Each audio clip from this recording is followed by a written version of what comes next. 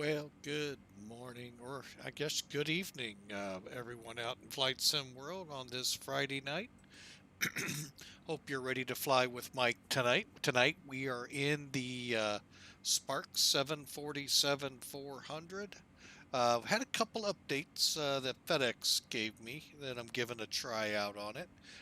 We're in a little different bird than normal for FedEx, uh, but it's still the same airline. So here, let me get out of the aircraft here and let you see.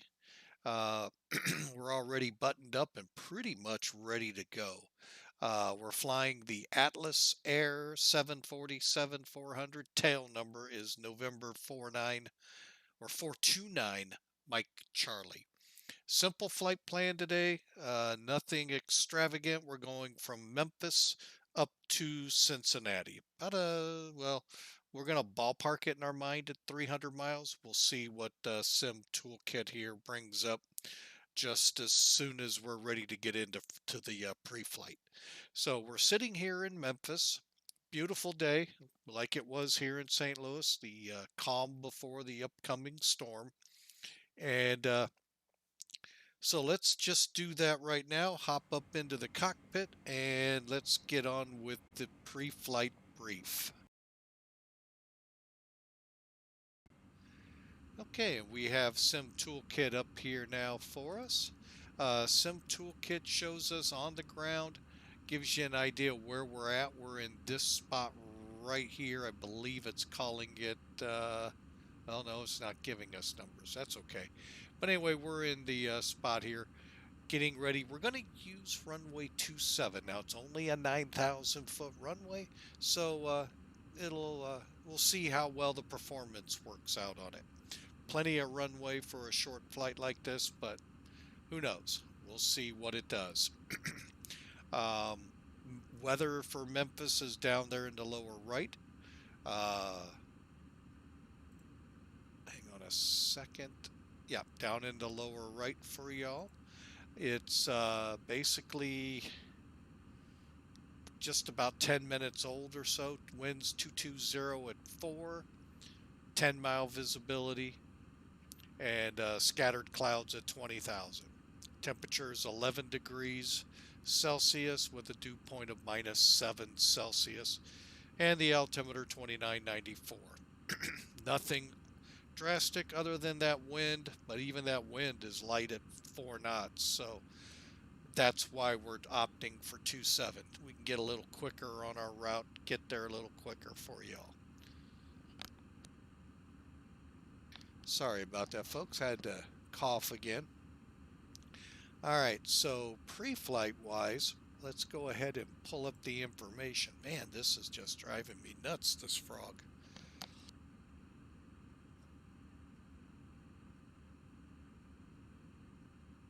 Okay, let's hope that did it this time. Didn't see it hop out of the throat there. But anyway, here in Memphis, like I said, runway 27.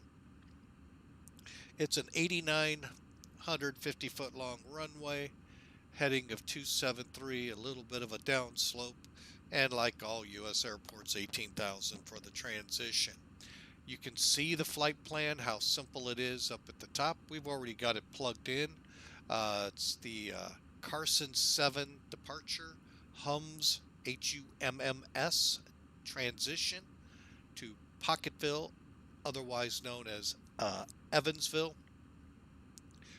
Papa X-Ray Victor onto the Sargo 3 arrival.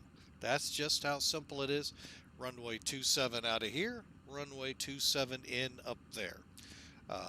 So now for those of you not real familiar with CVG or Cincinnati International, excuse me again, aside from at one time being a Delta hub, I don't know if they're still classified as one or not. They've pretty well gutted that airport. But more importantly, DHL took over the southern part of the airport, along with someone you may or may not be familiar, Amazon. Well, Amazon has an airline called Prime. They are headquartered there in Cincinnati. DHL on their lot. They're making. I've heard they're making a warehouse for 'em. But every time I look at the airport there, I don't see it. I don't know if that means they're co-locating with DHL or what. But man, oh man, this frog is just gonna plague us the whole trip.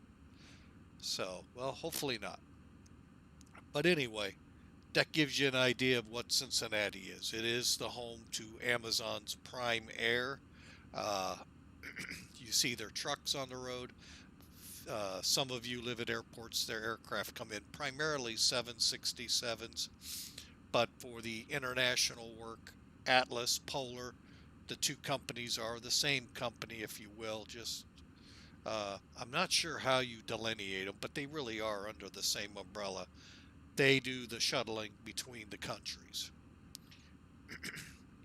But primarily 767s, although there are some 737s that do the flying as well. Either 400 or 800. More 400s right now, 300s and 400s right now than the 800s, but they're coming along with them. All right, now we're scheduled out of here at, oh heck, you know what? I actually forgot what time that was. Let's just take a look here.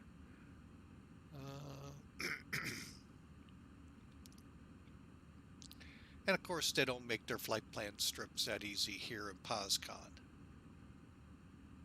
All right, well, we've already got our clearance, so we're good to go. We're going to do a real quick recap of what we've done to date, which is basically all the checks up to before start. We're going to get right into then the departure brief. We can actually, why don't we do that? We'll do it right now while Sim Toolkit's up. That way we could go right through the departure brief, right through the arrival brief, because folks, this is a fast flight. It's about an hour, hour and a half tops in the air. It's air distanced out at 369 miles. So that gives you a clue. We're not going to go to 37,000 like it says we should. We're going to cut it off at 35. Weights that you see here are in kilograms. So we've got for fuel 24,074 kilograms on board, actually 25,000 kilograms. And for a payload, we're running out of here with 62,000 kilos. So light load, simple flight, hour and a half long is what they're calling our block time. So let's get into the charts real quick. Then we'll get into the departure brief and right into the arrival brief. Nothing spectacular here. Just want to get through them. So in case one, I forget, we knocked them out. Two, because it's so short, I may forget the arrival run and we'll come right in. So looking at our charts here, this is the routing that we have. Hums is right here. PXV is right here. And that's the arrival. Now, we're not going to go all the way up to the top. We're going to cut it off here and come around. And you'll see that here in the arrival brief. Significant weather-wise, jet stream cutting across us just north of Memphis here. Pretty strong jet will fly through. Beyond that, that's the only significant weather we have to contend with. 34,000 foot chart, wind chart. Pretty much west to east winds. Actually, correct me if well, anyway, yeah, west to east. And well, they'll be pretty brisk as we would expect crossing a jet stream. Look for our top of climb pretty much like right here, top of descent right about here or here. So again, we're not gonna, it's up and down, folks. As you can see here, this is going to 37, which I told you we're not going to be doing. So, all right, and nothing significant on terrain. So, back to the charts here and to the live map. All right, now, oh, I know why. Like, why did it get rid of that? I had to restart it, that's why. Okay, so here's our nav graph. we're at the airport here, parked right up here at the top. Simple taxi instructions will be to taxi taxiway Charlie over to the Victors here, get on 27 and take off. Frequency wise, all right, so ATIS is 127.75. We've already got our clearance, so we can knock out these first two. If we have a ground, it'll be 121.0. Tower 118.3. And looking at the headings, we'll be on a 124.15 for departure. There are no special instructions here for 747 taxi. As long as we are up here, there may be some down below here. Doubtful, since the military ramp used to have C5, so I'm pretty sure heavies have no problem taxiing around here. All right, so on to the departure, which is the Carson 7. All right, again, transition levels 18,000. It's a DME departure. I'm going to keep it zoomed in for the moment here. Accelerate to 250, maintain or greater at until 10,000. Airport elevation is 341 feet. And we are looking at departure again at 124.15. All right, that is because we're doing a northern departure. Now, let's come down here, give you first a little bird's eye. We're going to come off runway 27. These little, let me zoom down, these little arrows coming off concentrically like that, all that means is we're in vectors, meaning they are going to vector us up to Sloan. Pretty simple. At 860 feet, we just continue on runway heading, and then we'll work our way to Sloan. And that's what it'll say over here. Climb on heading 273 to 860, then continue on that climb to 2300, or as assigned by ATC, expect vectors to Lizzie. Where's Lizzie? Hang on. Oh, that's way up there. Okay. And where were we? There we are. And then depicted route to Carson. Okay, expect 5,000 feet till 10 minutes, within 10 minutes after departure. All right, so basically now it's saying we can then cut all of this off and head straight to Lizzie, then Carson, Hums, then on to Evansville. So there's your departure brief. Now, the one thing we haven't gone over yet, and that is the V speeds for this run. V speeds for today are V1 of 130 knots, rotating at 144, and climb. Wait a minute. That's a wrong number. Hang on a second. Yep, very wrong number. Oops. 156 for V2. I do not know how that got changed, but yeah, we're doing a 156 for V2. And the basic goal is that we'll be at least that speed by the end of the runway, 50 feet up. So, and that shouldn't be a problem. CG is 22%, and we've got trim set. Oh, not yet. That's what I wanted to work out. There we go, at 5.2. And that, folks, will conclude the departure brief.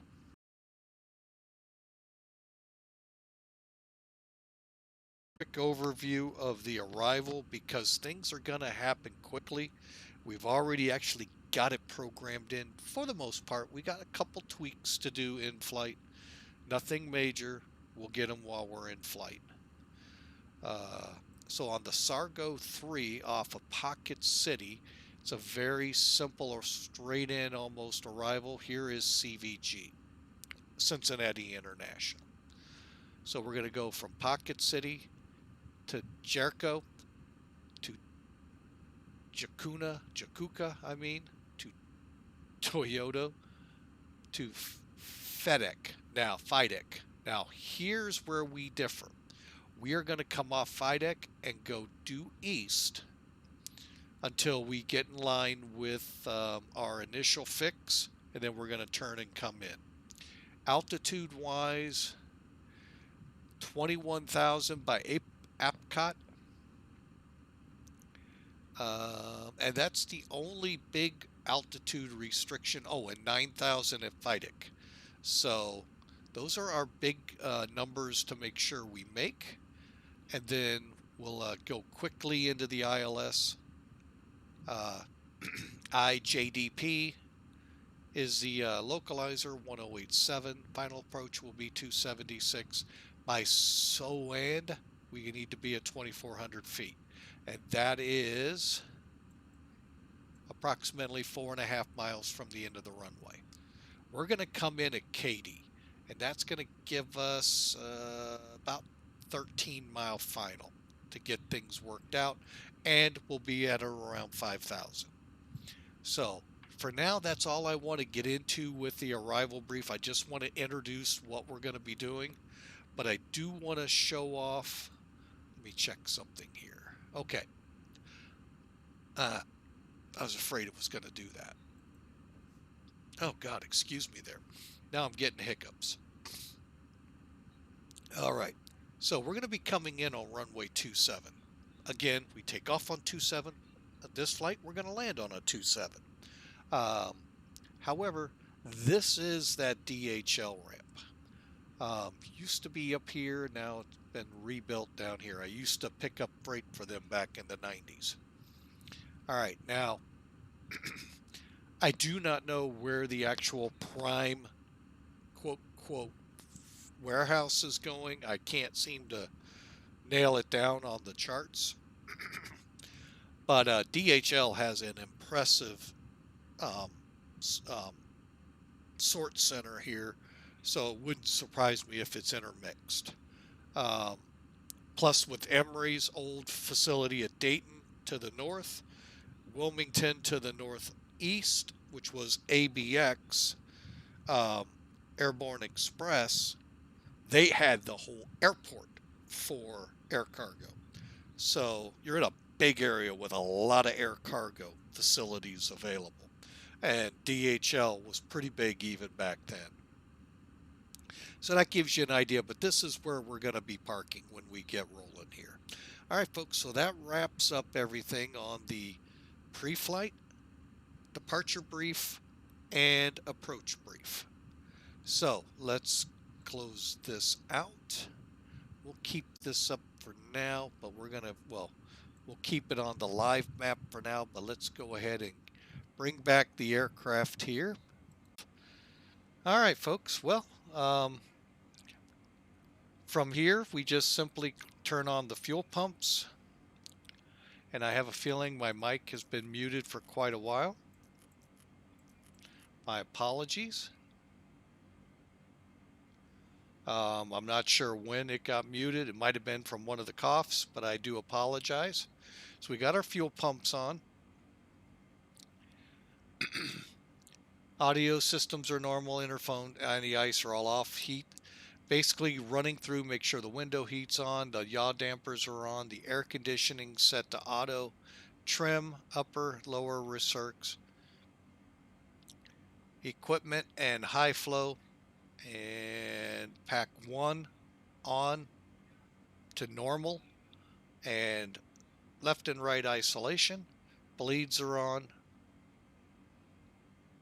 and we'll drop down to the middle here, catching the speed brake, make sure it's down, make sure the throttles are closed, and again, double check the flaps. All right, with the aircraft fueled, you can see that right here at 25 kilos. Make sure you've got the signs on if you're on a passenger plane. This is cargo. Don't really need to worry about it, but I do it anyway just in case I end up flying a passenger plane so I don't forget. Okay, so that brings us to the before start checklist. Um, I'm not going to go through all of the pre-flight stuff because I don't know where the mic was turned off with this frog in my throat. But basically, that's what you got here, folks. And we'll do a recap for departure and a recap for arrival en route. So, from the before start, what we're going to do is hit the first off, make sure our fuel pumps are on. Then we're going to turn the APU twice. And we're just going to basically wait for it to fire up. The gens will come alive. And then we'll continue on with our pre-flight. Okay, so in the interim, what we can do is come down here, check our brake pressure, which has come up to 3,000. Let me just quickly bounce us up. And fuel quantity, shipping papers, and then we'll hold right here at the performance data. Let's get the gens on. And folks, don't forget the APU bleed has to be on to start. I don't see that particularly in the checklist. I'm going to check to make sure. Yeah, it's not there. So the checklist I'm running with is one for this Sparks that they've put together, and they're missing that big important thing. So make sure you turn that APU bleed on. You're fine with the way the packs are for engine start. Okay, so we're going to go ahead and put both of those on. Unfortunately, you can't unrequest or get rid of the external power unit outside like you can Zebo, so they just stay there as available. Okay, continuing on, we're at performance data. We've already gone over the V1 speeds, but we'll do it again. Here, takeoff. Okay, let me zoom down a little here to make it visible for you all better. Okay, V1, 130. V rotate, 144. V2, which is where we need to be at the end of the runway in 50 feet, speed-wise, 156. Trim is set at 5.2, and we have a CG of 22%. Looking at our MCP, which is our next stop, V2 is 156 plus 10 is what I use for all of my safety climb speeds. 166 then will be my climb speed. Heading on the runway here is 273, and we're climbing to 35,000. Flight directors are on, and that's also something I don't see going through the checklists. Interesting. Always interesting to see what gets missed. And also on this EFIS, hang on a second here, let me find, this will be the best. For decision height, we're set to 100. For decision altitude, 700, and I basically 400 to 500 off of airfield altitude, airfield numbers. Here it's 341. So we are ready to go, folks. The only other things is we got our stab trim set to 5.2 units. We have aileron and rudder trim set to 0. Auto start we're gonna go ahead and use just because it makes things easier. We'll do a recall, and we've done the crew briefing. Recall is done here, so we'll hit cancel and recall. Okay, very simple stuff. The only thing I haven't done yet is armed the auto throttle. We'll do that after we get started, pushed back. So with that, we have got the aircraft fully planned, ready to go. Let's do a quick look outside the aircraft. But let's first get our pushback planned. We'll be using better pushback. Somebody was asking, what is one of those programs you really need? If you're going to fly airliners, this Better Pushback is a good program to make sure you have. It allows you to set up how you want to push the plane back, as you're seeing here. Hang on a second. We'll put it right here. And then you can even set, what to turn it to. There's a couple pushbacks out there that are kind of tricky in the real world. One's at Atlanta in the South cargo area. I haven't tried it yet to see if I can even get close to what it wants me to do there. And I'm not sure if some of the streamers out there have tried it yet either. Ground to cockpit, plan acknowledged. Call me through the menu when you are ready. All right, I recommend Better Pushback. Okay, perfect. Great, G-Nice for you. Nice to see you there. Thanks for keeping me on my toes there. Let's see here. Let's go ahead and get her coming. And we'll start. Ground to cockpit, tow is driving up. Okay.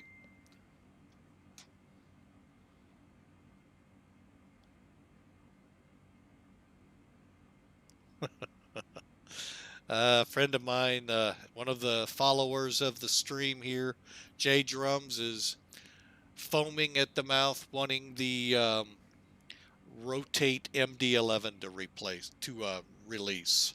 He has the MD80 and he keeps bugging me to buy it. And one day I will, probably. But the MD11 is a chance I may take to go for when it comes out. But anyway, I appreciate that. Yeah, a lot of people are wanting that plane, especially we're flying with FEDEX today. Okay, all doors and hatches are closed. Ready to connect. Speaking of which, and I'm sorry if the plane disappears here momentarily, my apology. Had to get FEDEX fired up. Speaking of which. Tow connected and bypass pin inserted. Release parking brake. Real quick, we just need to come down and we're going to go to TRA on our transponder. Frequencies are set.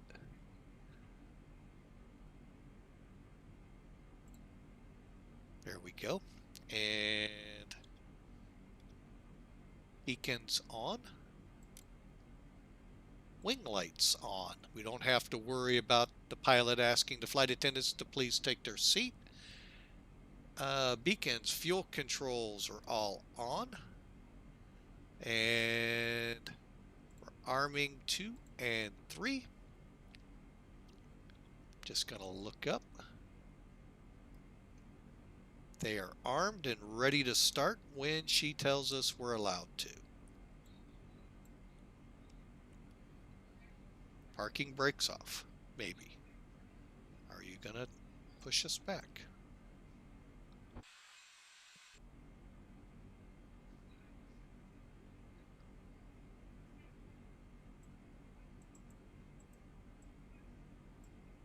Hello, pushback.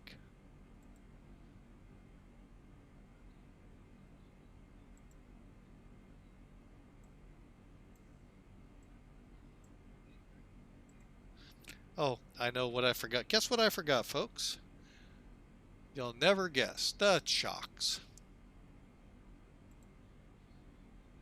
Starting pushback, and you may start engines. Okay, we'll get those engines here momentarily. Just have to restart my laptop. Pain in the rump that it is.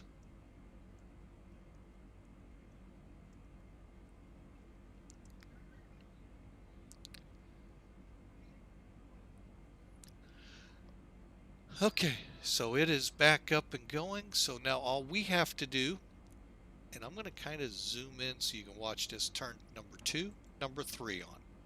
From there, you'll see it to start to spool.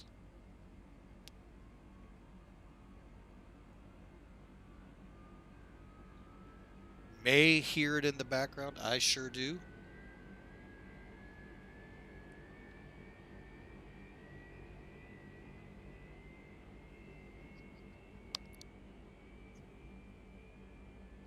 And you may not. I do have them turned down a little.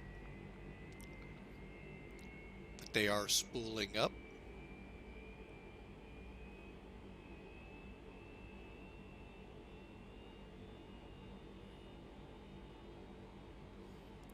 And they've disconnected.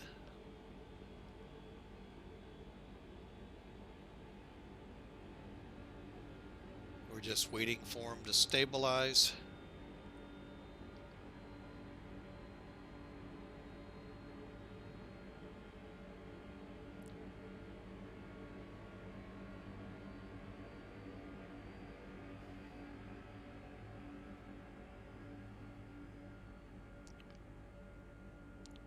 And they have stabilized, and we're just about pushed back here, so we'll let her finish up.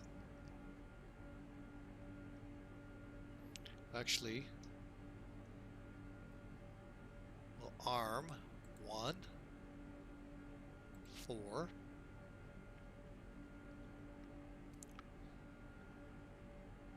Operation complete. Go ahead and set the parking brake. Disconnecting tail. Stand by.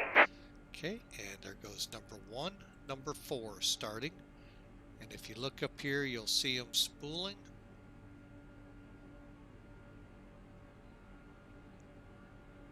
They're up to 10.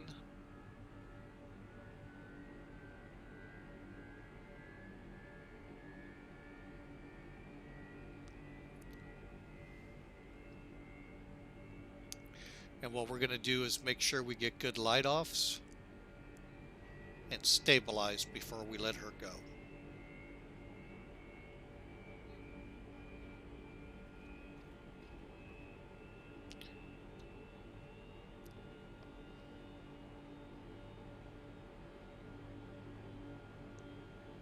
Okay, and cut out, and we are going to release the pushback, and we're going to go ahead into the after engine start check here. Alright, to do this, we need to first make our ignition to continuous. APU can be turned off. So, Tow is disconnected and bypass pin has been removed. Hand signal on the left. We'll see you next time and have fun up there. okay, we have packs set to on normal, hydraulic demands to auto.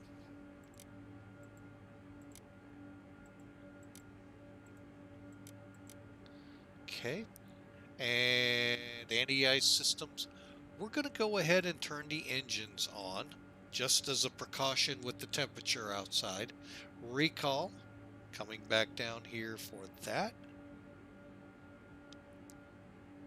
Hang on a second. Why is hydraulic system 1 erroring here?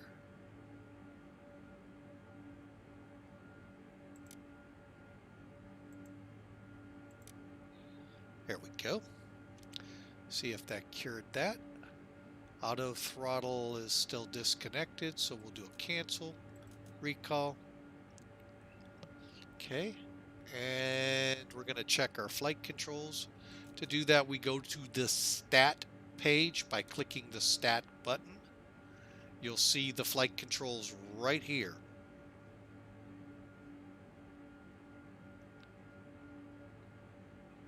I'm not going to worry about pulling the yokes up. Left, right, we want to make sure they're working. And I hate to tell you this, folks, in the real world, pilots can't see the wingtips. This is what they rely on.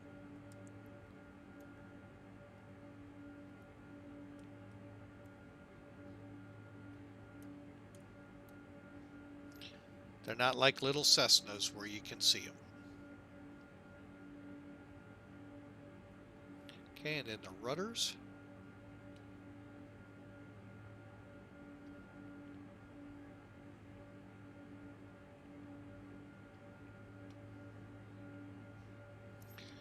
Okay, and then we'll just do a freedom check here real quick. All right. Final flaps, we need set to 10. And it's at notch 10. They're in transit right now. I'm going to take the parking brake off. Come back up here, put this back on engine. Fuel pumps look good. Hydraulics are good.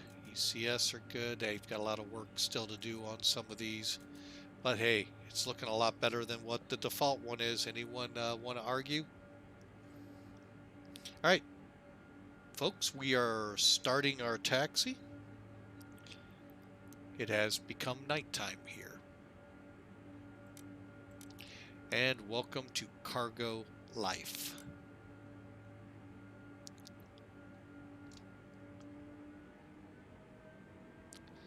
All right, folks, and if you hear the engine noises too loud, let me know. We'll get those turned off. They may not be a problem right now, but when we get in the air, they always could become a problem.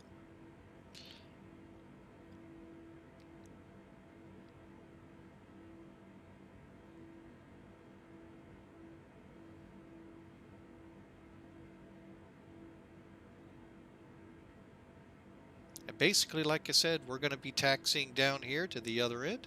For you YouTube users, we'll see you at the hold line for runway 27. For Twitch, we'll be right back.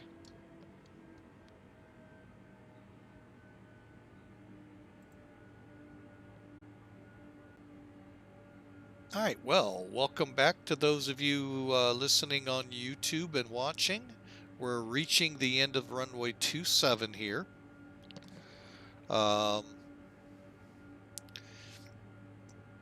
And we've just got a couple more checks before takeoff to do. I do want to do a quick recap of our departure brief in case the audio didn't come through well. All right, and let's take a look outside the plane.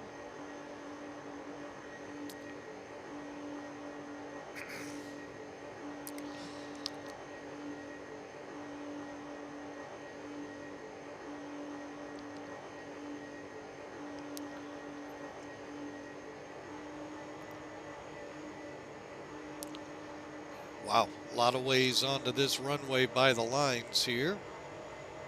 I'm going to opt for the longest run here. Probably should have came up.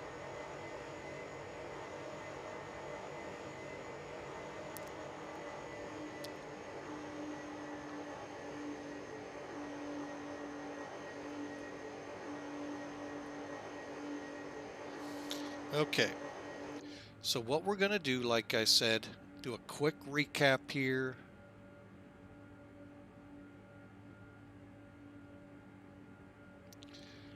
Just making sure all the lights are on good. Okay, recapping the departure brief real quick. Let's get sim brief over. Yes, it gives it a chance to mess me up. Sky vector. Departure here. Elevation is 341 feet. No obstacles on departure. We're just going to fly heading 273. Once we're above 860, we'll be on vectors. And we'll be basically turning to Lizzie, L-Y-Z-Z-I, and then on to Carson.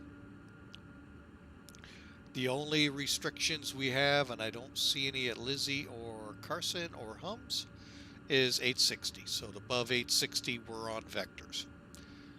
All right, and that comes pretty quick, folks. So, all right, beyond that, that's pretty much our departure brief. Close that out, close that. As you can see, we're down here at the end of the runway. We're going to basically take that outer line so we have as much of this runway as possible. Hey, we have, oh, that's Sim Toolkit. My bad, sorry. Winds are still 250 now. It's 4, more and more down the runway. A few clouds at 20,000, and the altimeter is still 2094. All right, folks, V speeds one last time. Zooming down so you can see them. V1. Don't go by these numbers except for this one here, folks. They are wrong. V1 is going to be 130. Rotate. Oh, no. I did it again. Rotate at 145. Oops.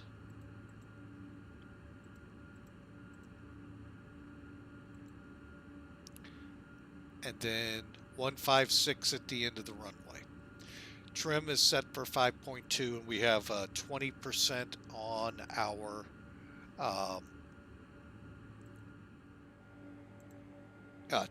trim. So again, 130 for V1, 145 V rotate, V2 156. We have flaps 10 set, and we are cleared for takeoff. Okay, so before takeoff checks, coming back up to here. All right, so MCP is set, 166 for our climb, 273 for the heading initially, and 35,000 for our climb. We'll go ahead and turn the auto throttle on, as well as recheck takeoff.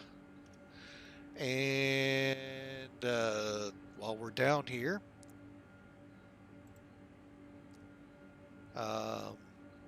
seatbelt signs are set.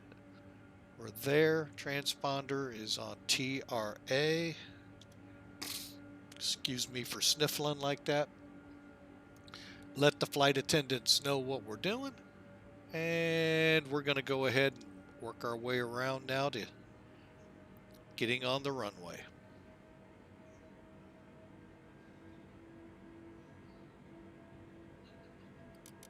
There we go.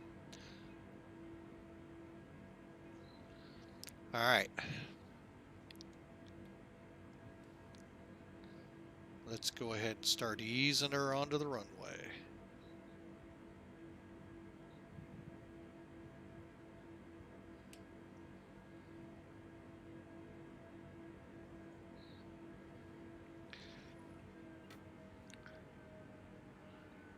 Okay. Quickly get these strobes on.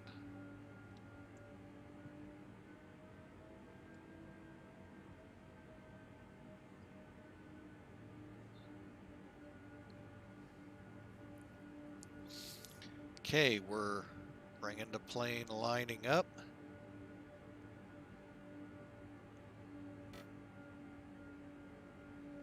All right. Okay, all lined up. Lights on.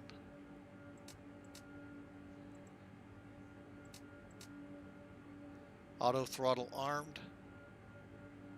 Recall.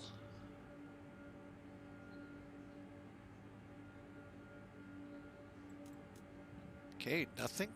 Here we go, folks. Timer on.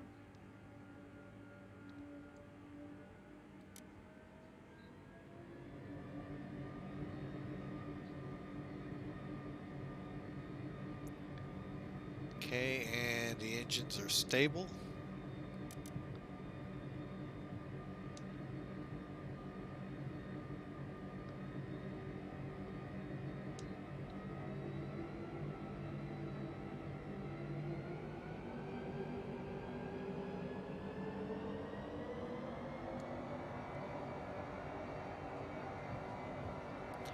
And positive speed. There's 80.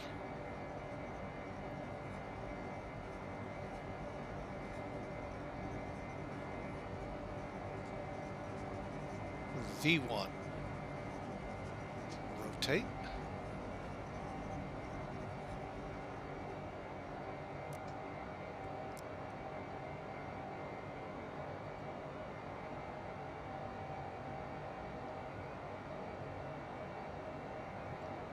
Gear up.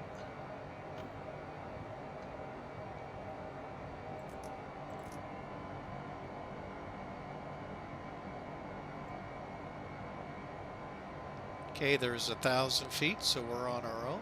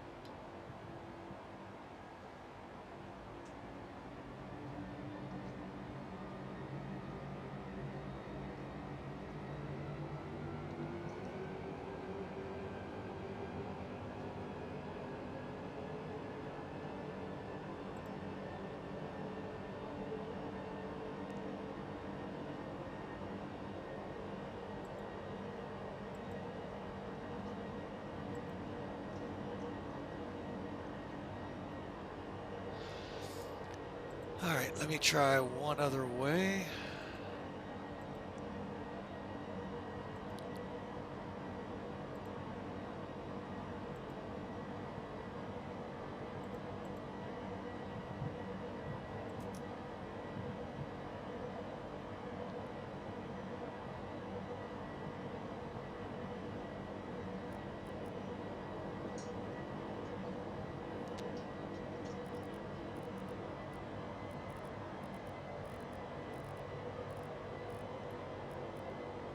All right, so let's do the after takeoff checklist. Positive rate gear was up and off. Flaps have been retracted. Auto brakes show off. Autopilot's on. Pressurization looks good. Let's make sure all packs are on. They are. And excuse me again. And where are we? After takeoff, 10,000 feet. We'll turn the landing lights off. Transition. We'll get the altimeter set.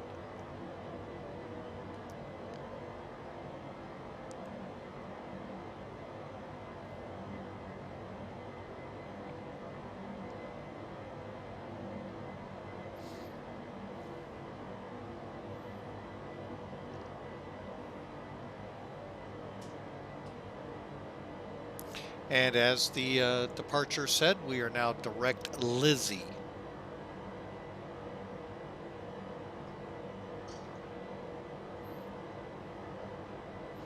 And the voices you hear in the background, folks, are it looks like a group flight that was going from Orlando somewhere to the northwest. So that's who you're hearing. Okay, there's 10,000 feet. Let's set in.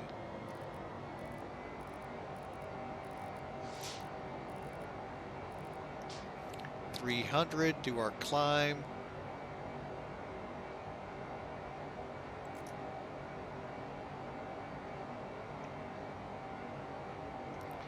See how she does today.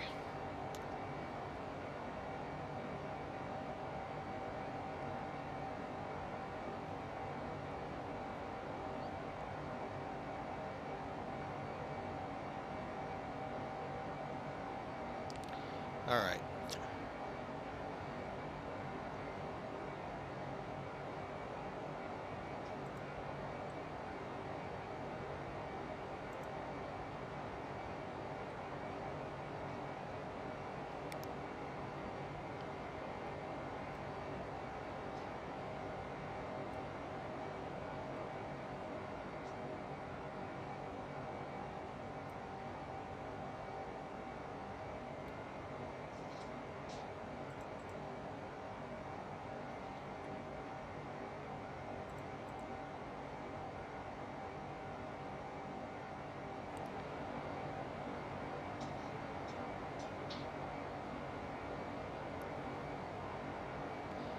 All right, well, we'll...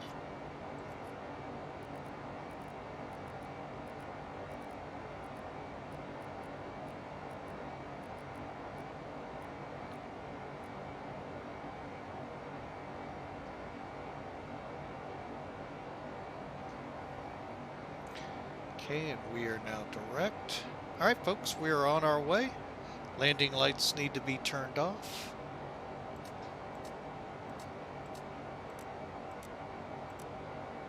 Go ahead and grab the wing lights while we're at it.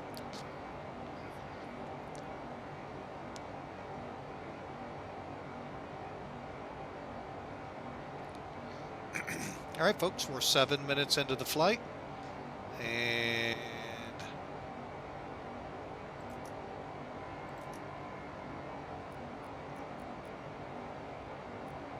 I want to do one thing.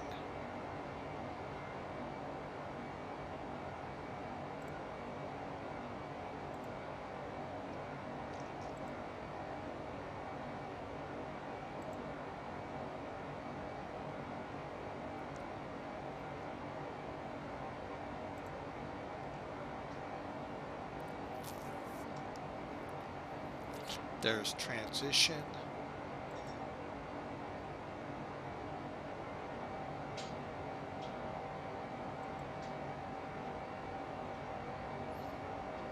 Since I'm hearing a lot of stuff in my ears, I want to make sure I'm not missing anything ATC wise.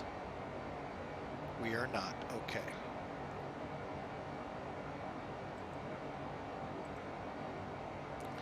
All right, folks, we are on our way. Sit back, relax, and hopefully we'll keep an eye on this aircraft, keep the speeds under control here, because I can see she is not wanting to behave.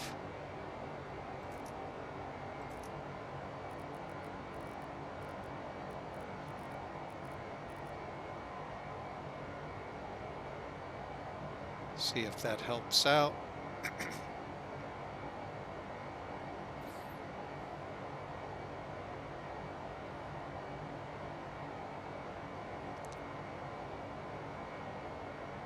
And at the transition altitude, we were supposed to turn off the ignition continuous. And all right, monitoring the cruise. Go all the way to the bottom here. All right, folks, sit back, relax, enjoy the ride. Thanks for flying with Mike.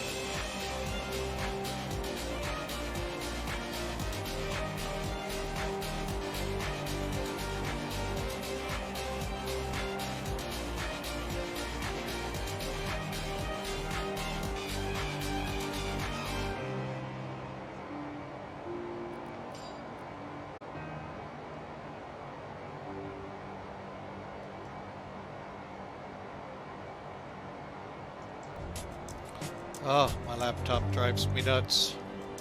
Hang on here a second, folks. Got to reset it.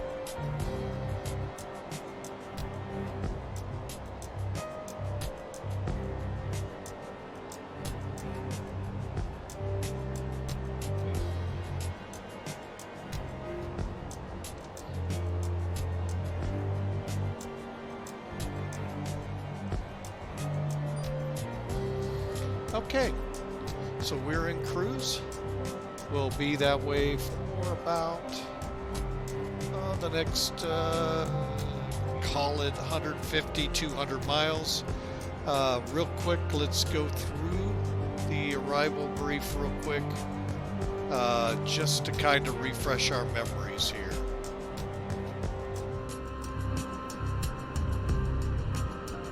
Okay, and again, we're heading for Pocket City to Jericho. Now, Epcot, we need to be at 21,000.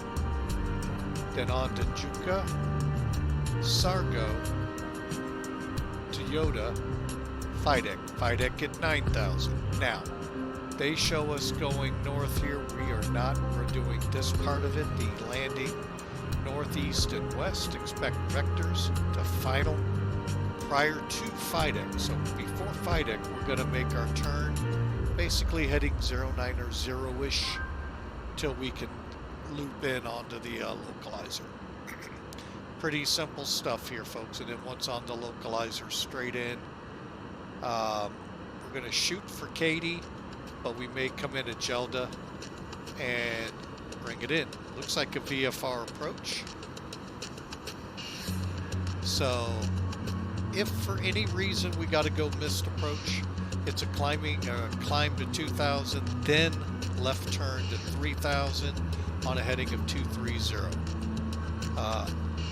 On the CVG radial 244, we're going to intercept, and at 20 miles out from that on A view, we're going to go into a hold. All right, transition is 18,000, and very simple. It's 108.7.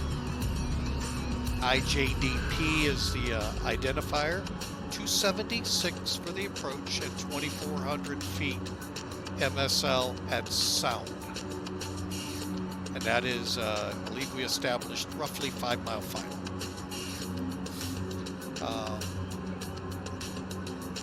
Airport elevation is 896 feet. Touchdown 875. 12,000 feet long. So when we get to the airport here, let me show you. Like I said, it's 12,000 feet long. We're going to plan Kilo 7. But I know I'll probably end up over here on 8 or 9. So, and then we'll taxi our way back to the DHL. All right, folks, that wraps us up here on the arrival brief. VREF for the day, we'll go with what the aircraft shows us, unless it's really way out of realm.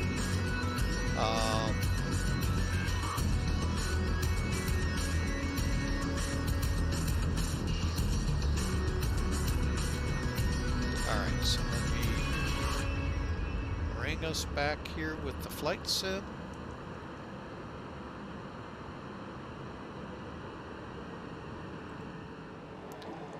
All right.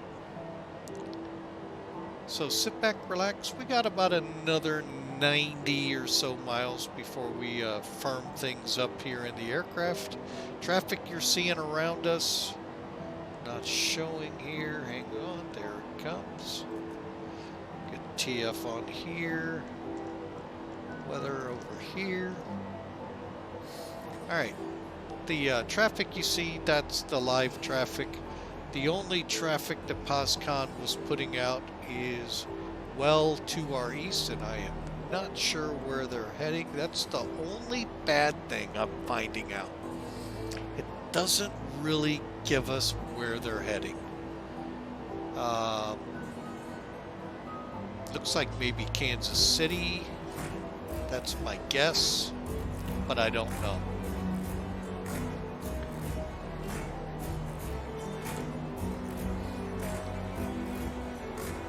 but we're not too far away from CVG.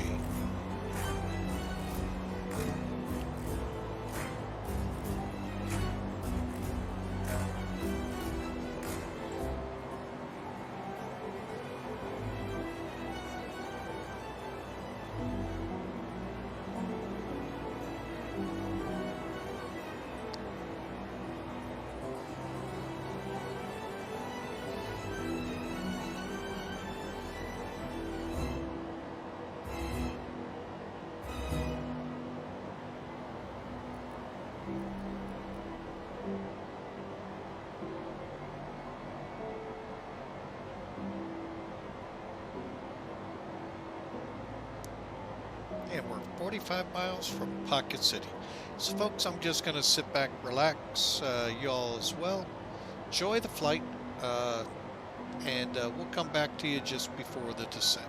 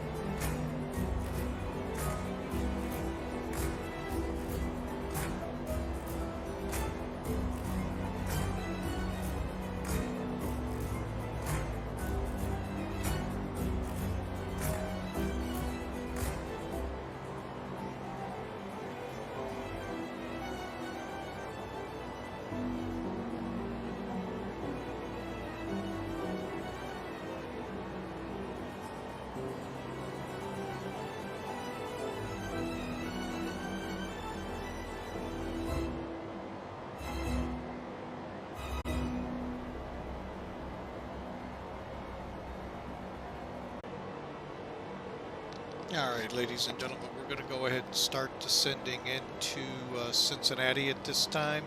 We're about 213 miles out, but we have a restriction at, what's it called again? Apcot to be at 21,000. So to do that, we've set our MCP up here, altitude to 21. We're just going to push. Should start descending here. I didn't notice any big changes.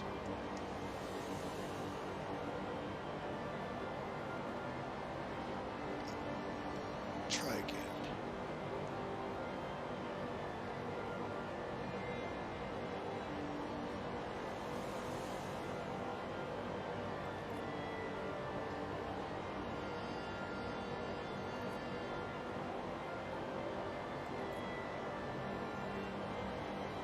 It's okay.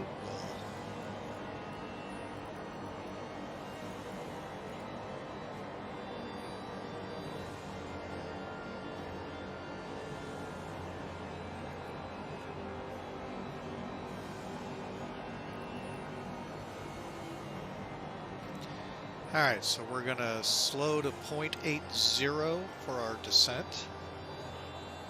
Get our descent going here at about 2,300 feet a minute. And as we descend, our Mach number will come up on the indicated speed. At about 300, I'll switch over to indicated.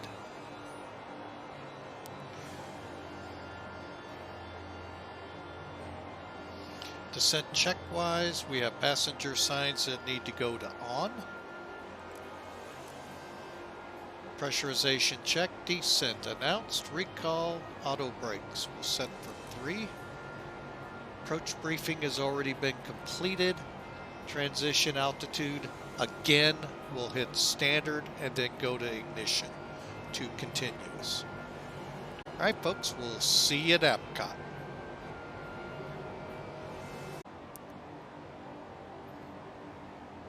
Okay, and a recap of the weather real quick that we're coming into.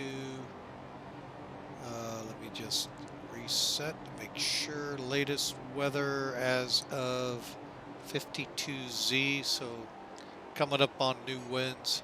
240 at 8, 20 or 5,500 for a scattered deck, 2 degrees Celsius, -8 on the dew point.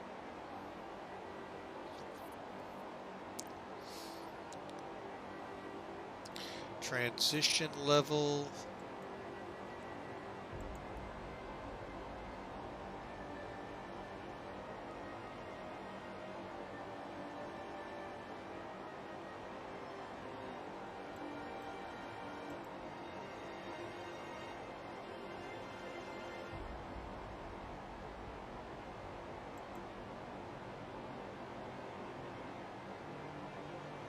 If I could hit the right button, we'd have been doing really good. There we go. All right, so we're set there. We're 20 miles from FEDEX.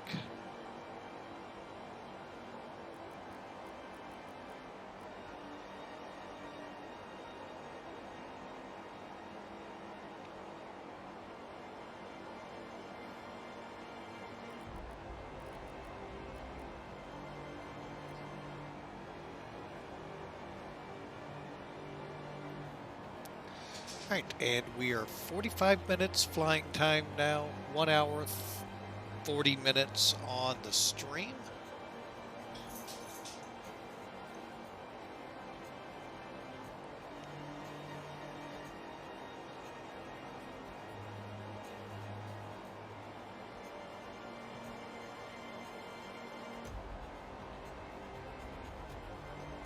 Oh, this is where we'll hold. I'm trying to figure out where is this in my list. Okay, we transition leveled, so continuous on. Minimum's now set.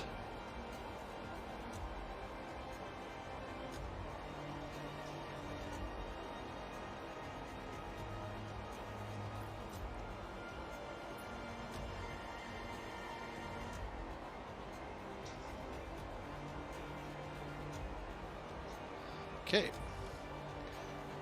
there's Cincinnati ahead of us. 14,000 right now. Auto brake set to 3.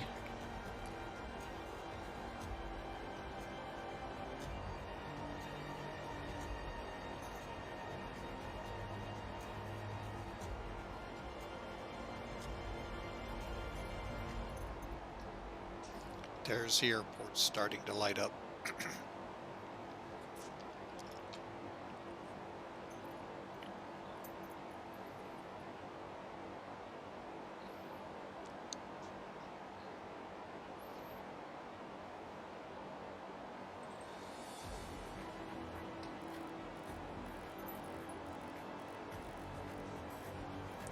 All right, we're going to go ahead and start slowing to 240.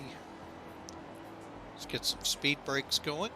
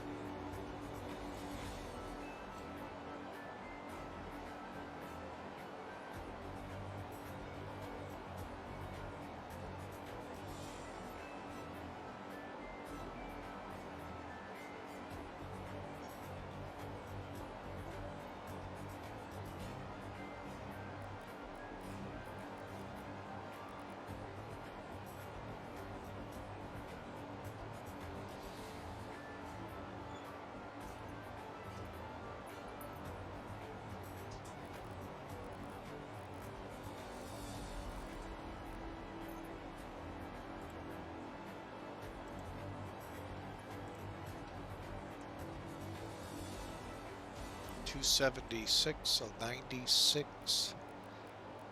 And let's go ahead and make our turn.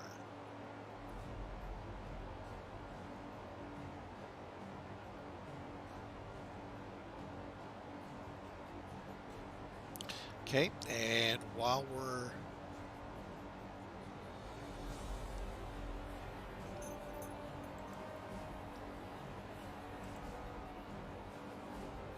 okay, so we're going to go for 148 and 30 degrees flap, so we'll probably keep the aircraft at about 160 down the approach path, and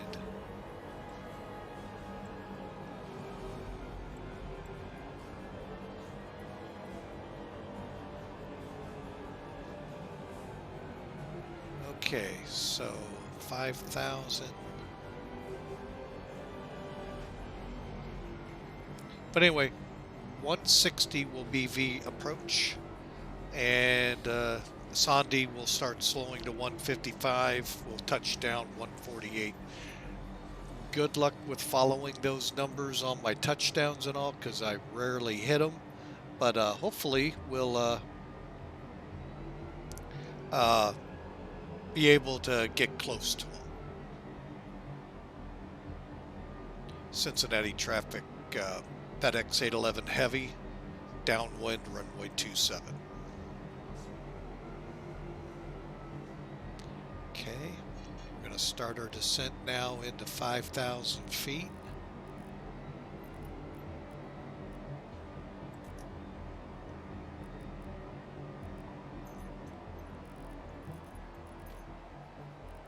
And we're going to go ahead and slow to 220.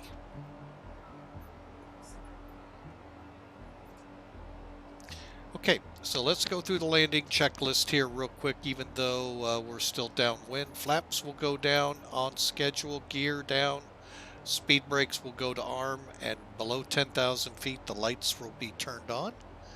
We'll get that latter part right now, and that's all of them.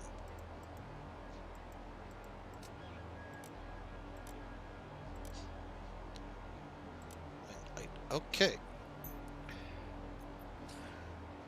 Alright, so what we'll do up here is dial this down a little, and once we get up here with about another 10 or so miles, we'll turn for Katy.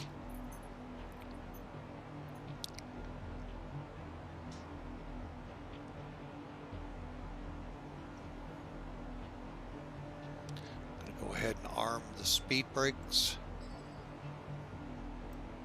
Speed brake armed. Brake set to 3. And pressurization is good at this level.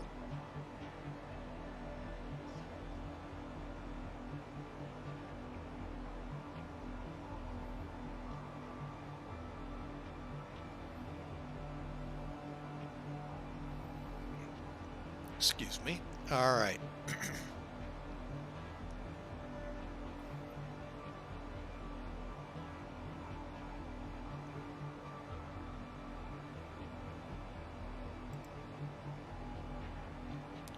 And we are set up for the correct arrival.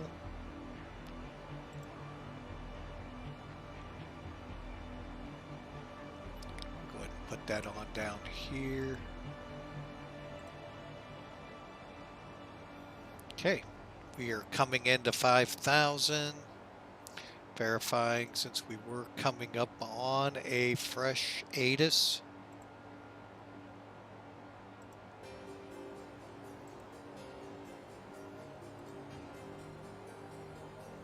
Still on an hour ago, okay.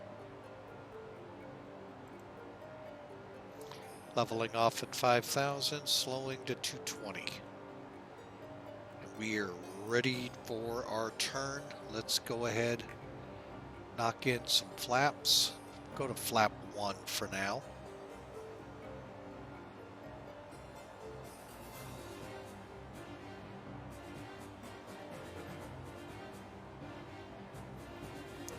Slow to 200, and that'll get us down to flap 5. Okay, Here we go, turning for the ILS, which does not appear. Oh, wait, it might be becoming active.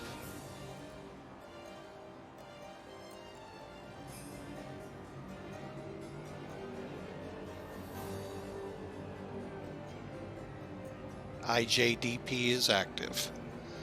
Oop, 2.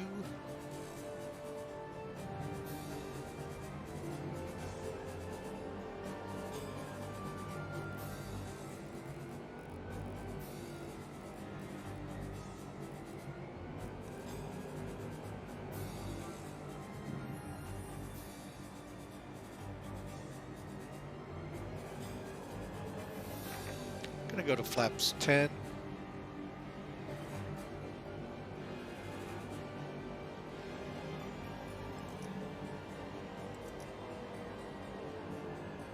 Arm the localizer. Arm the approach.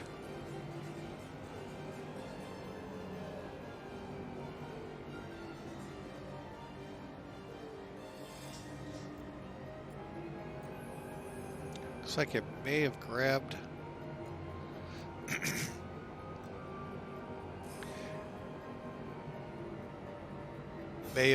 the localizer already.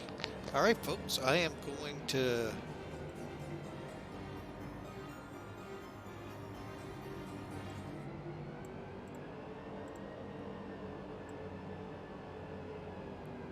get the music silenced here. And let's get our head out of the aircraft here. See how we're lining up. Oh, like normal, pretty crappy.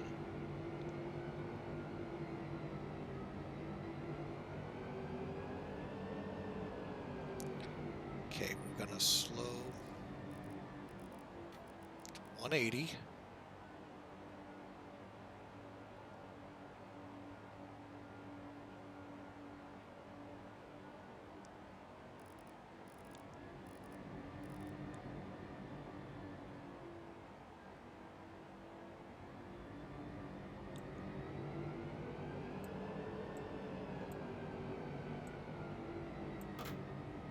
Gear coming down. See if it'll firm up on our runway, because it sure as heck did not roll out right.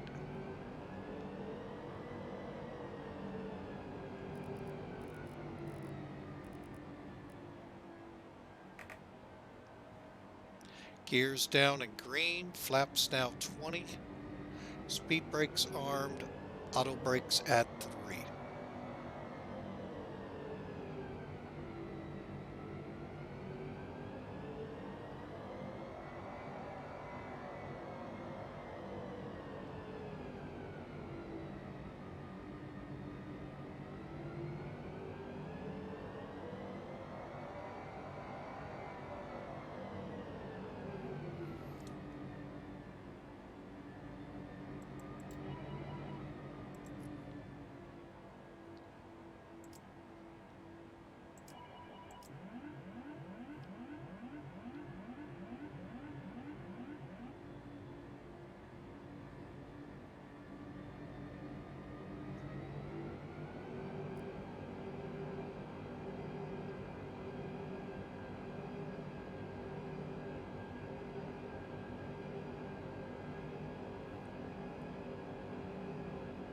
Okay, airplane's mine.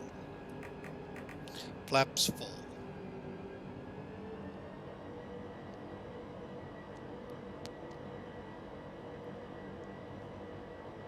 Cincinnati approach. Traffic. FEDEX 811, final 27, gear down.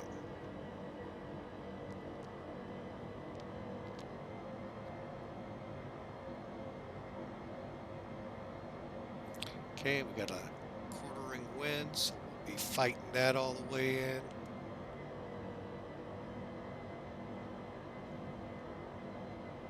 Okay, let's get it down a little bit since we're off on the glide path.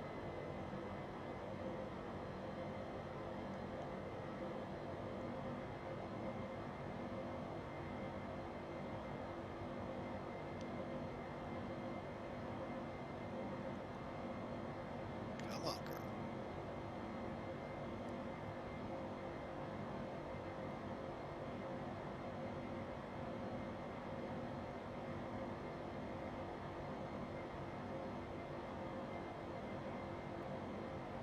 Still not one to descend.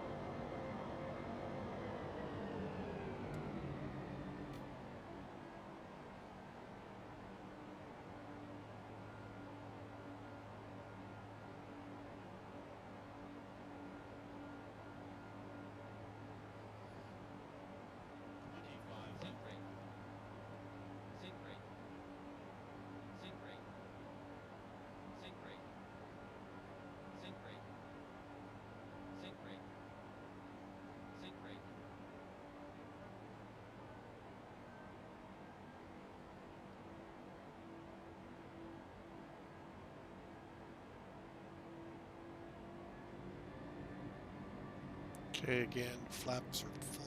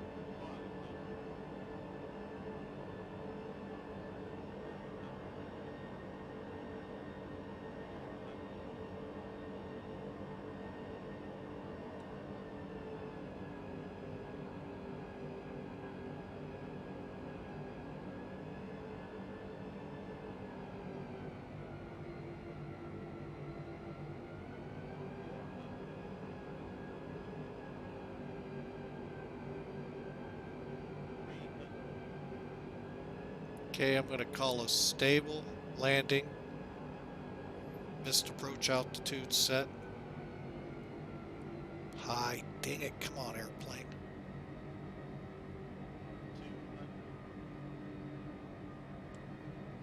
As soon as I called it, of course.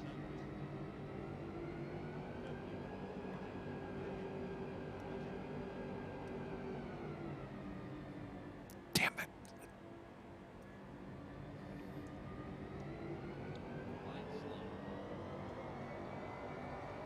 All right, we're going to go around, give it a try again.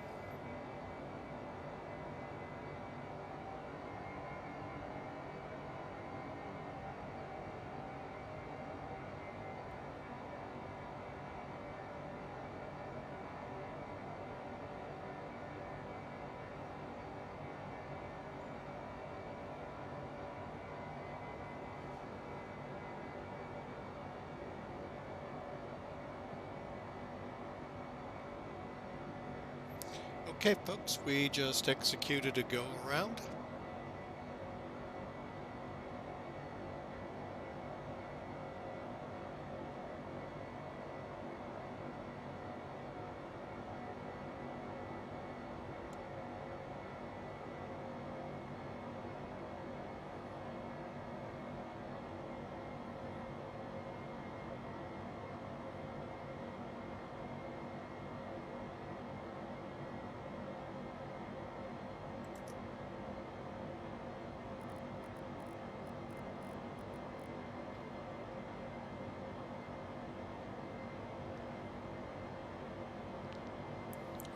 All right, so the autopilot is gonna be a little frisky.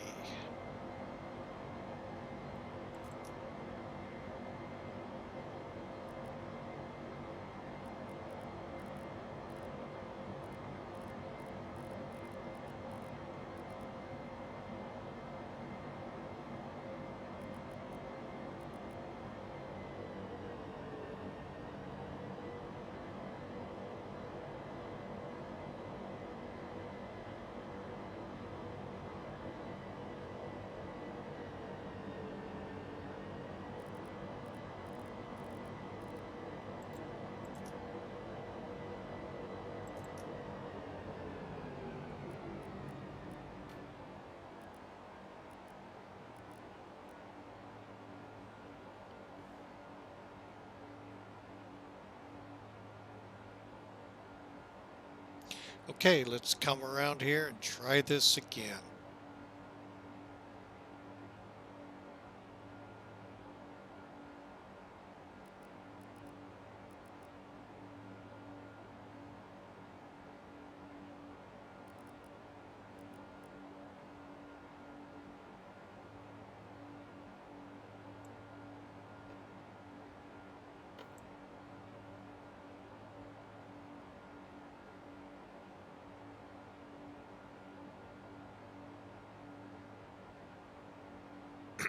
All right, so sorry for clearing my throat there.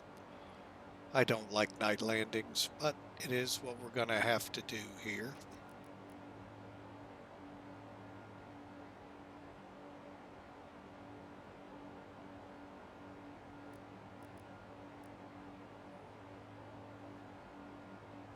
Okay, speed brakes are still armed. Auto brakes at 3.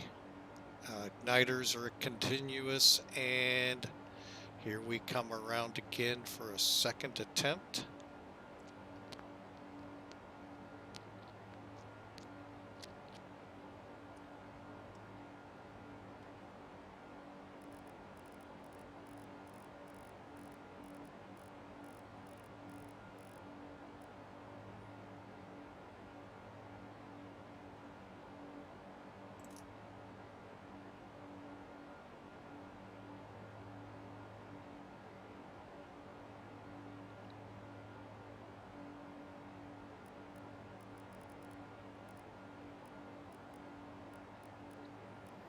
Okay, so we're going to allow the plane now to begin slowing.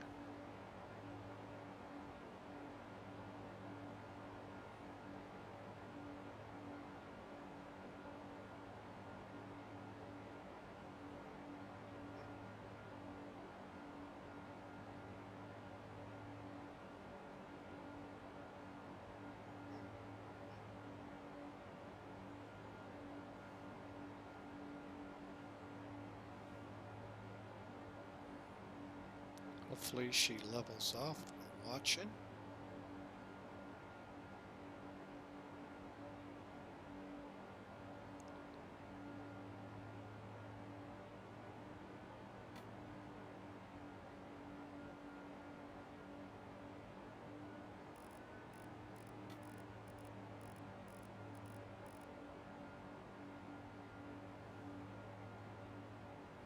And she did not. Okay.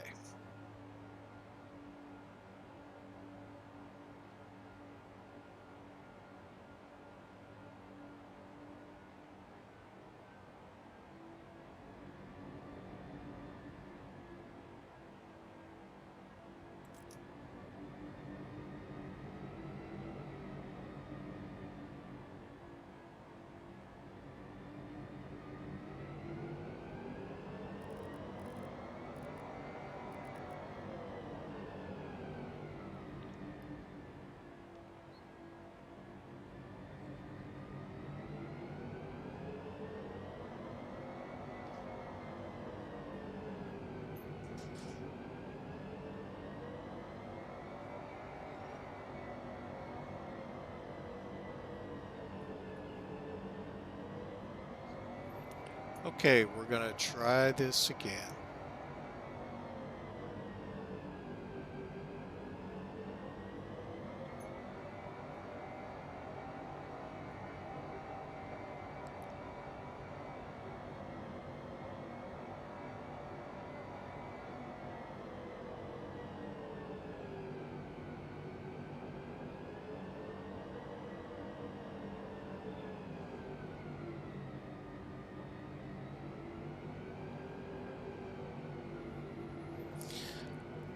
All right, let's see if this time she grabs the ILS. Let's go to 160.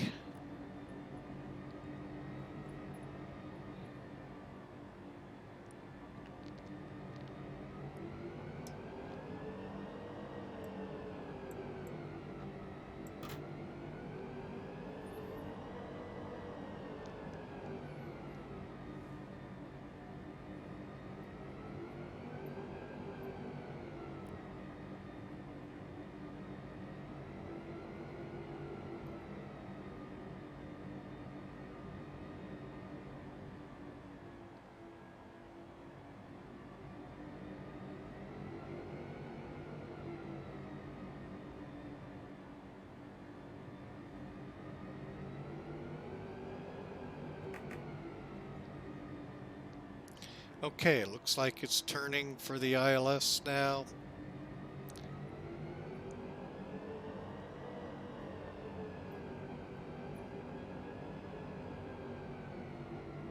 And descending along it good.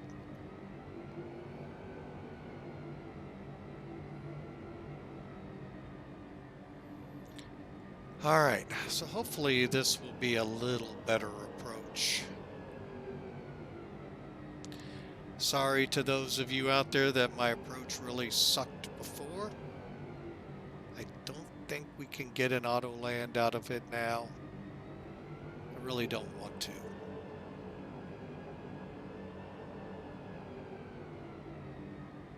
Okay, we're going to go flaps full.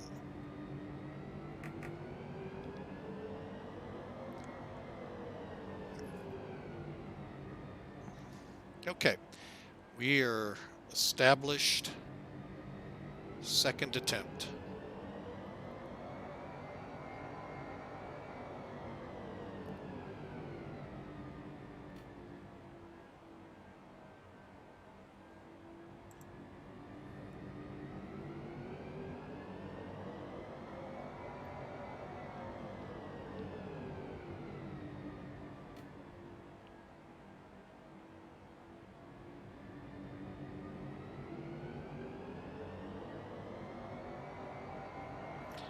All right, folks, and just kind of monitoring this thing. Don't like how she kind of porpoising around here. Seems to be a trademark for this aircraft.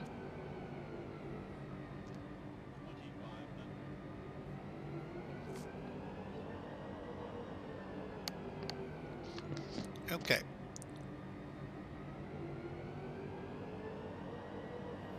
At least it's showing centered, and we're needing to set 4,000.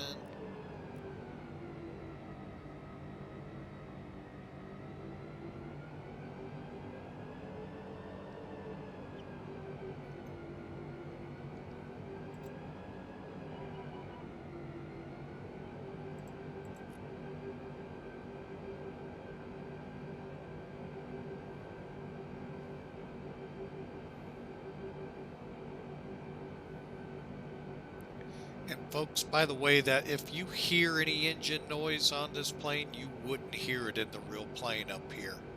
The engines are just way too far back.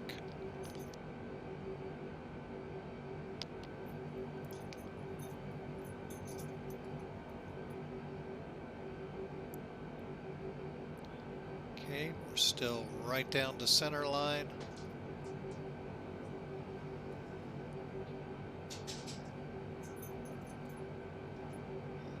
1,000 feet.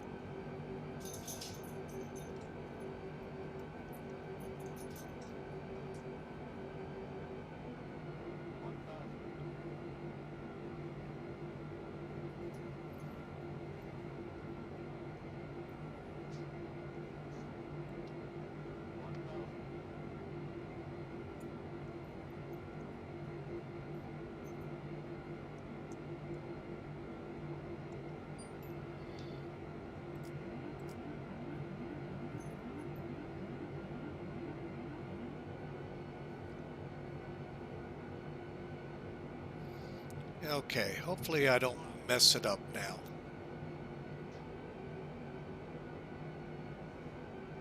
Flaps full, spoilers arm, brakes at 3.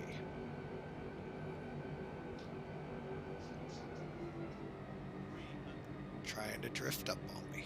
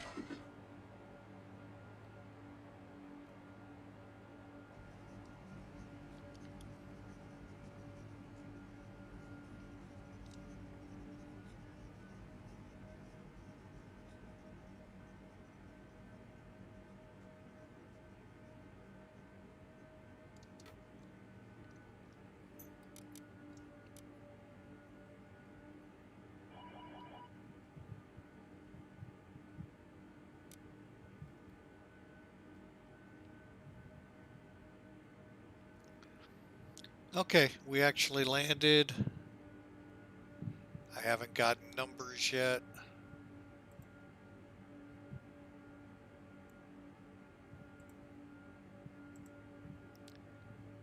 (141 feet per minute). We'll go ahead and come off at Mach 7. Actually, we're going to go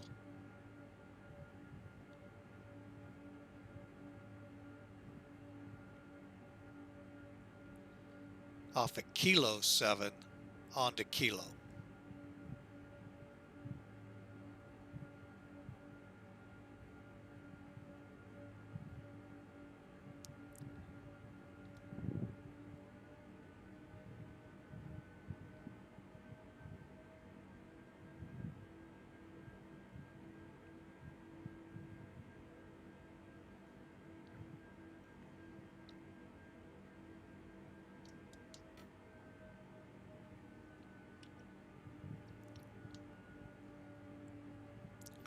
Okay, first thing we know that are coming off are going to be the lights.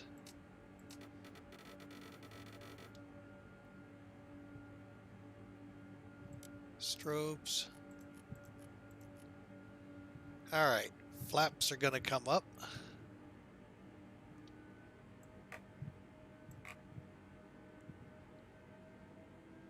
Stab trim to 6 units.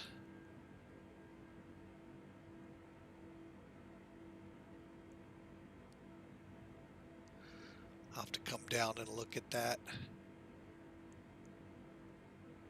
Okay.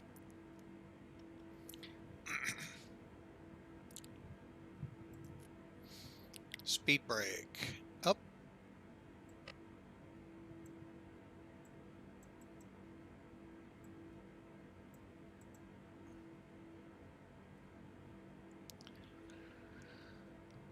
All right, transponder, auto brakes are off, APU, we can start up here anytime. I want to check one thing while we're here.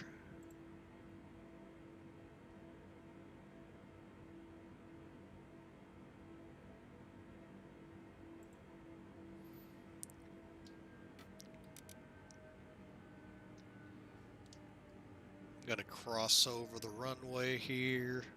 Reason I came up to Kilo was I wasn't sure how we were with getting back with taxiway Mike.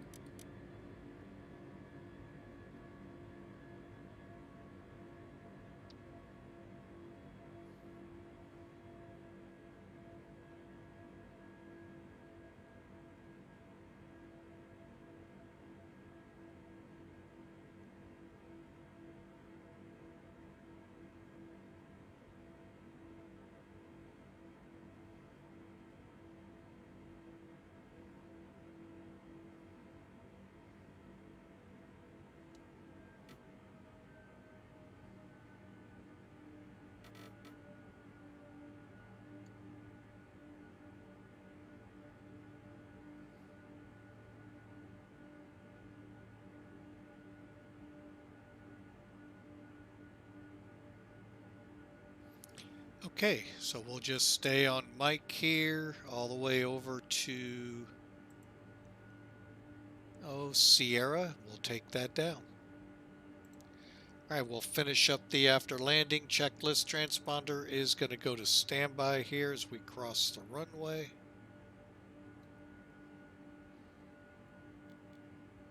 Okay.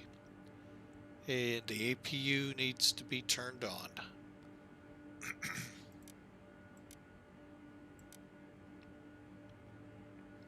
Okay, and that's spooling up right now. All right, folks, that's all we got here until until we hit the DHL parking lot. We'll be back with you as we're ready to shut things down. And glad the second attempt we were able to get in here.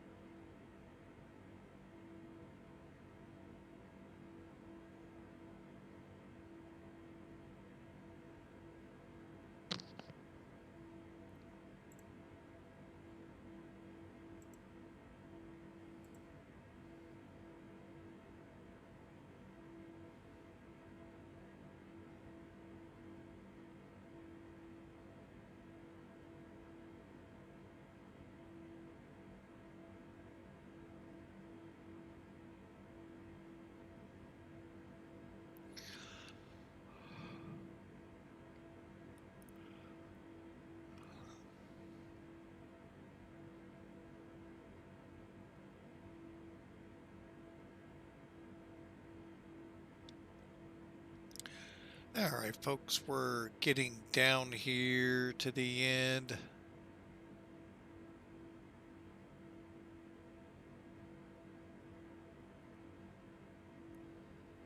This should be Sierra.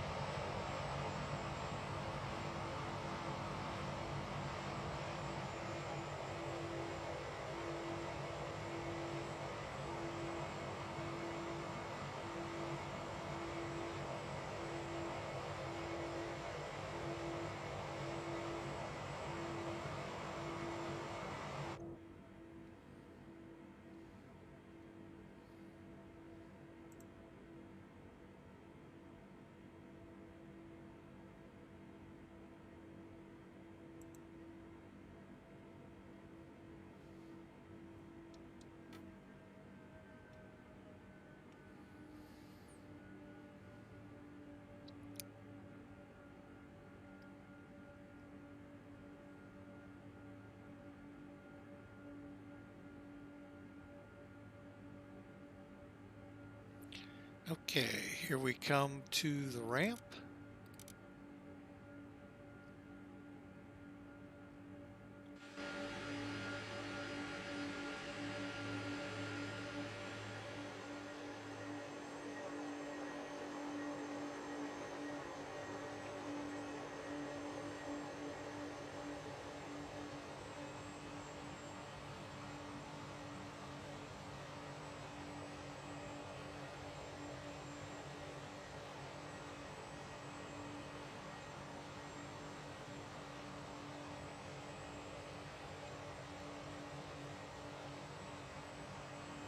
We'll just take this first spot here.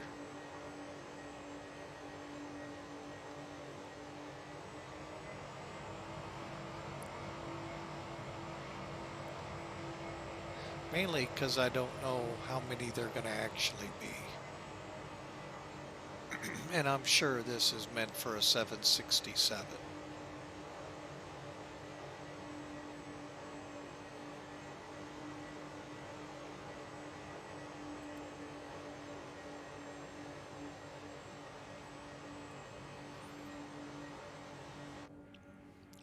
Alright, so we're in the block.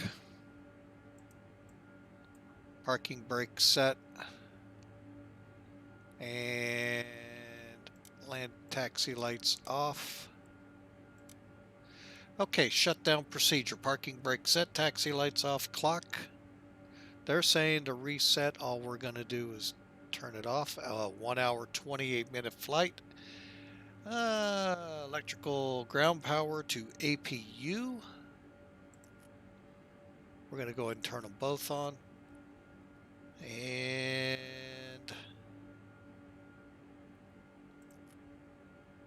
go on internal APU as well.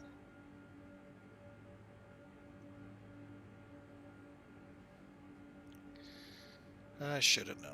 All right, hang on a second, folks, while I...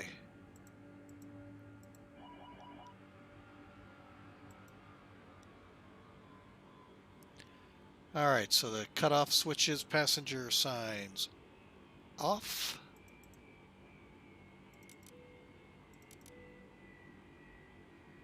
Transponder off. Fuel pumps off. Hydraulic demands to auto aux.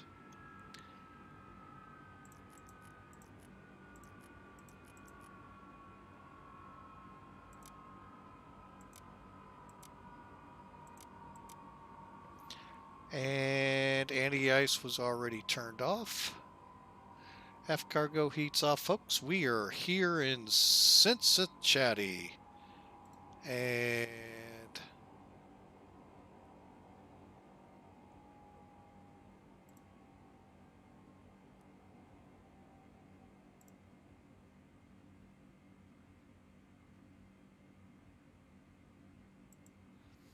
okay, and we have already filed our ACARs. Just wanting to make a check here. And we are good. Alrighty, folks. So that wraps us up into Cincinnati. Hope you enjoyed the flight. I'm not sure if we'll put this on YouTube, but I got a feeling I will. It's just going to take a little bit of work. But we'll edit it down to where it's of decent size. It's 2.5 hours roughly right now. And we'll try and get it cut down to about an hour, hour and a half. We again thank you for flying with Mike. If you've liked this presentation and you want to see more, simply click follow. You'll get an email notification letting you know when we're flying again once we go online. Again, thanks for flying, and y'all have a great night.